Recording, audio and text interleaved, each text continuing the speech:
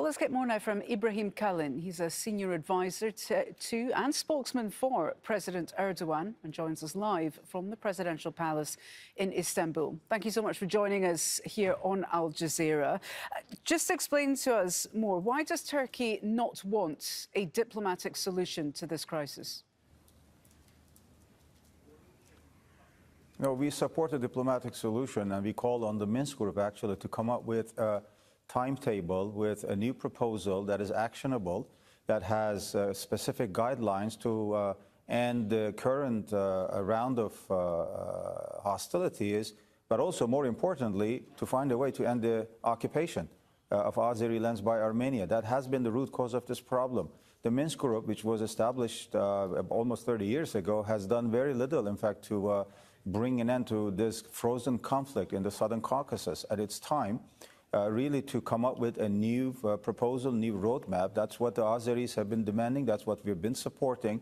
Yes to a ceasefire, but a ceasefire must be sustainable. And the only way to make it sustainable is also to talk about ending the Armenian occupation of Azeri lands. As you know, Karabakh, Nagorno-Karabakh is the land of the Azerbaijan, state of Azerbaijan, according to UN decisions, according to number of resolutions, OSCE decisions, etc. So yes to a diplomatic solution, but that needs to come up with or combine with a timetable, with a roadmap that will bring an end to the occupation of Nagorno-Karabakh by Armenia. So do you support then the efforts of the French, Russian and US representatives who are heading to Geneva to start thrashing out a roadmap?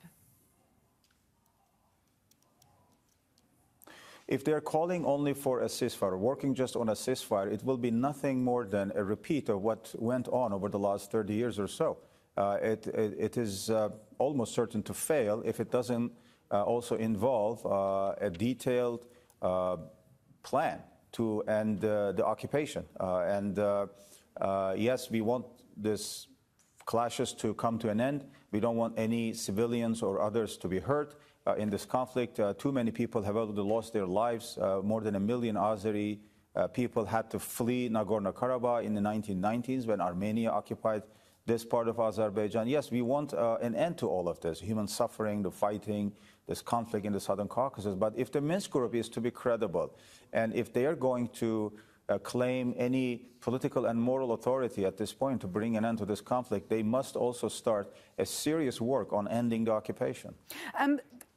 What's Turkey's role here? Why exactly is Turkey taking such a strong position in this particular conflict? Well, for two reasons. Southern Caucasus, what happens there, of course, is of direct concern to us. It affects, our borders. It affects our region, our relationship with Azerbaijan, with Georgia, and the larger Caucasus region. That's number one. Number two, we have a very special relationship with Azerbaijan. We call ourselves one nation, two states.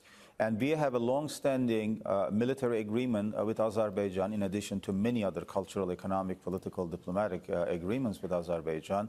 And we would like to see an end to this occupation of Azeri lands. Well, you keep saying this is an occupation. We feel strongly also about this, because we believe... I'm sorry to cut you off there. You keep saying this is an occupation, but these people have been living there. This predates 1994, predates the late 80s. These people have been living there. Generations have been living there for decades. You could argue this goes back to the Soviet days in the USSR. I think you're referring to the Armenian population of Nagorno-Karabakh. That's a fact that they've been living there together with the Azeris for many decades under the Soviet Republic rule. That is true.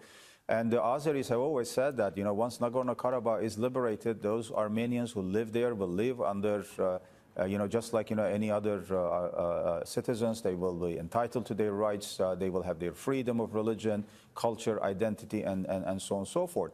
Yes, it is occupation according to all the UN resolutions, just like the Israeli occupation of the Palestinian lands. There is no legal or political debate about that. It's a fact. So is Turkey going to stay involved in this until the Armenians leave the region of Nagorno-Karabakh until Armenians pull out completely, pull all their citizens who've been living there for decades. Is that your dividing line? Turkey stays engaged in this fight until that happens?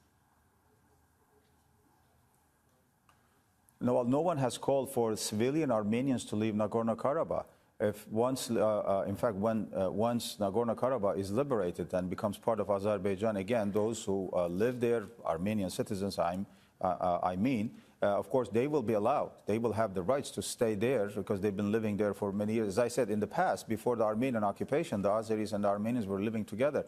But let's not forget the fact that more than 1 million Azeris had to flee Nagorno-Karabakh after the Armenian occupation, and about, as far as I remember, about 30,000+, almost 40,000 people died over the last 30 years. We do not want to see a repeat. Indeed. Of what I just want to get into how deeply Turkey is involved in this, because there have been allegations that Turkey is sending troops, it's sending Syrians via Turkey into this fight, supplying arms to the Azeris. It appears that Turkey is very, very invested in this at a time when you're already fighting with NATO members and disputes with NATO members in the Eastern Mediterranean, getting involved in Libya. Now it appears there is a third front there happening in the Caucasus. I mean, are you worried that Turkey is spreading itself a bit too thin, fighting on too many fronts? But first of all, there is no evidence of the so-called Syrian fighters going to Azerbaijan or facilitated by us. But there is evidence of Lebanese Armenian individuals, I guess, or militia, going there. I mean, they're posing before cameras and calling openly, for a holy war or something against the Azeris. Well, the French president and the Syrian president say that's not the case. Nonsensical. But the French president and the Syrian president have said there are Syrians being sent to... they are. Can you take... They're not good references, really, when it comes to facts. Either the Syrian president or the French president, I'm not sure, because we've had to deal with them in the past on many different occasions. But I know the French position. They oppose Turkey almost on every single issue of strategic significance in Syria, in Libya. And we believe France is on the wrong side of history. I mean, in Syria, France supports members of PKK, which is a terrorist organization, listed as a terrorist organization in the EU, in France, and other places. In Libya, France supports Haftar, who is supported by Russia, and France is a NATO member. I don't know how it reconciles this with, with being a member of NATO and talking about the security and safety of the southern flank of NATO in North Africa. Etc. So, I mean, they're all complicated issues there. But, our main concern is to find a diplomatic solution to this. But as I said, for this peace to be sustainable, or ceasefire to be sustainable, it needs to be based on a roadmap, a plan to end the occupation. That will be the only way to solve this problem, so that we don't have to repeat this for the next 30 years. OK, Ibrahim Kalin, I'm afraid we are out of time, but thank you so much for joining us from the Presidential Palace in Istanbul. Ibrahim Kalin, a senior advisor to the Turkish President Recep Tayyip Erdogan. Thank you.